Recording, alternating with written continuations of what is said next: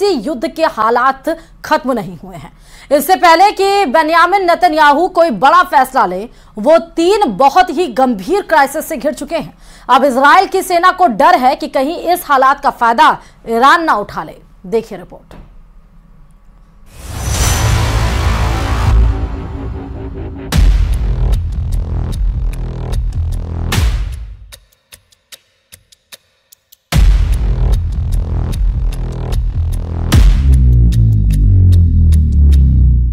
24 घंटों के अंदर इजरायल और ईरान की टक्कर में 3 बड़ी घटनाओं ने बेन्यामिन नेतन्याहू को पूरी तरह हिलाकर रख दिया है।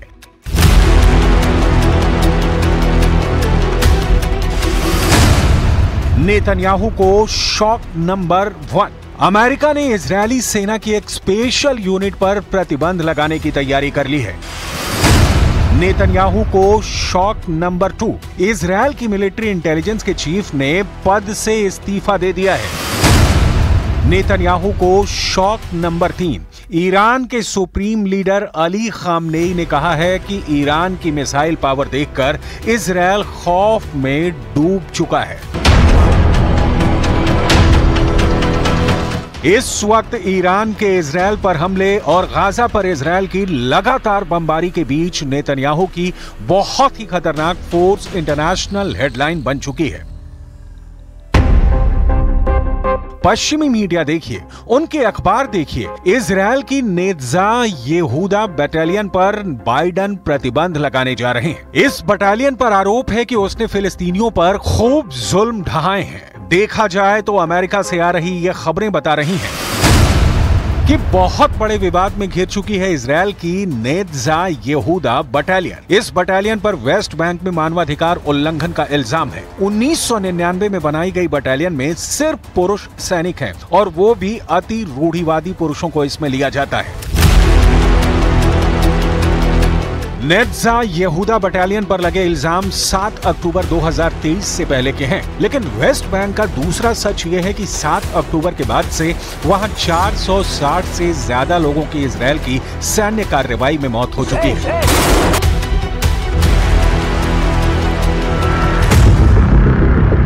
इजरायल की नेत्जा येहूदा बटालियन पर प्रतिबंध लगाने का मतलब है कि इससे अमेरिका से कोई सैन्य मदद नहीं मिलेगी।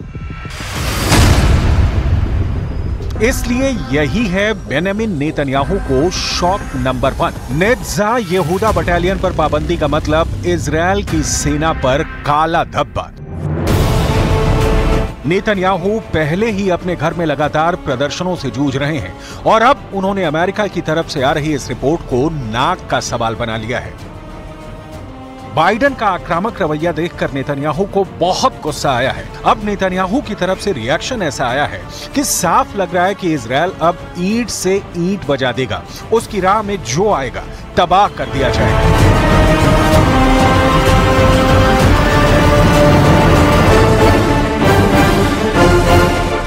אני אגן בחירוף נפש על צה"ל, על הצבא שלנו ועל הלוחמים שלנו.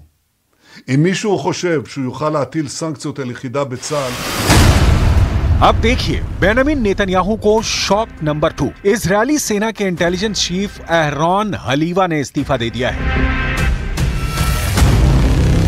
7 अक्टूबर 2023 को हमास ने इजरायल पर हमला किया। पूरी दुनिया ने इजरायली टैंकों को जलते हुए देखा। 1000 से ज्यादा इजरायली नागरिकों और सैनिकों की मौत हुई। इसी के बाद से इजरायल में अंदरूनी कोहराम मचा था। इस हमले के बाद इजरायली मिलिट्री इंटेलिजेंस के प्रमुख मेजर जनरल एहरॉन हलीवा बहुत दबाव में थे और अब उन्होंने अपने ओहदे को छोड़ने का फैसला किया। ये ऐसा वक्त है जब नेतन्याहू के सामने बहुत से फ्रंट खुले हुए हैं और उनके कमांडर भी बहुत ज्यादा प्रेशर में हैं। गाजा पर रोजाना नॉन स्टॉप बमबारी के बावजूद इजरायल अब तक हमास को खत्म कर पाने में नाकाम साबित हुआ है। गाजा में 34,000 से ज्यादा लोगों की जान जा चुकी है, लेकिन नेतन्याहू अब भी खाली हाथ है। 2024 में अप्रैल का महीना इजरायल के लिए ही नहीं, इजरायल के प्राइम मिनिस्टर बेन्यामिन नेतन्याहू के लिए भी बहुत बड़ा शॉक लेकर आया है। अमेरिका इजरायल की मदद करने की बजाय उसकी सेना पर पाबंदी लगा रहा है। इजरायल की पब्लिक नेतन्याहू के खिलाफ सड़कों पर उतर चुकी है और इन सबके बीच ईरान से बड़े युद्ध का खतरा अब तक टला नहीं है।